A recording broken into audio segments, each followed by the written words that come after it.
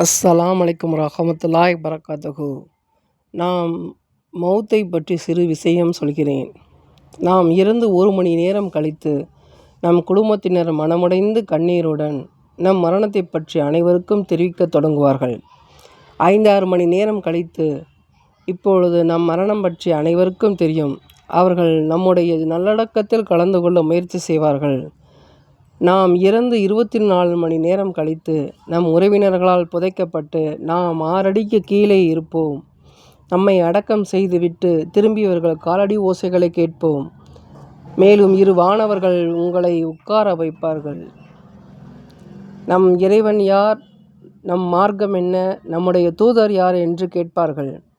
அதற்கு பிற்பாடு நம்முடைய ஜனாசாவில் கலந்து கொள்ள வந்தவர்கள் எல்லோரும் என்ன சாப்பாடு, என்ன உணவு என்று பேசத் தொடங்குவார்கள்.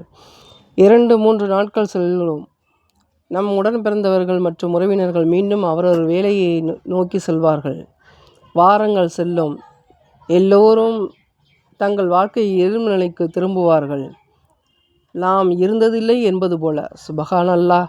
மற்றவர்கள் என்ன சொல்வார்கள், மற்றவர்கள் என்ன நினைப்பார்கள் என்று நாம் கவலைப்பட்டு கொண்டிருக்கின்றோமே. நாளை நம் கபரில் இருக்கும்போது நாம் செய்தது மட்டுமே நம்முடன் வரும். நாம் நினைத்ததை விட மிக விரைவாக நாம் மறக்கப்படுவோம். ஏனென்றால் எல்லோரும் தங்களை பற்றி தான் அந்நாளில் கவலைப்படுவார்கள். திருப்தி அடையாத மனிதர்களை திருப்திப்படுத்துவதை விட்டுவிட்டு அல்லாஹுவை திருப்திப்படுத்துவோம். அஸ்ஸலாமு அலைக்கும் வரஹ்மத்துல்லாஹி வபரகாத்துஹு.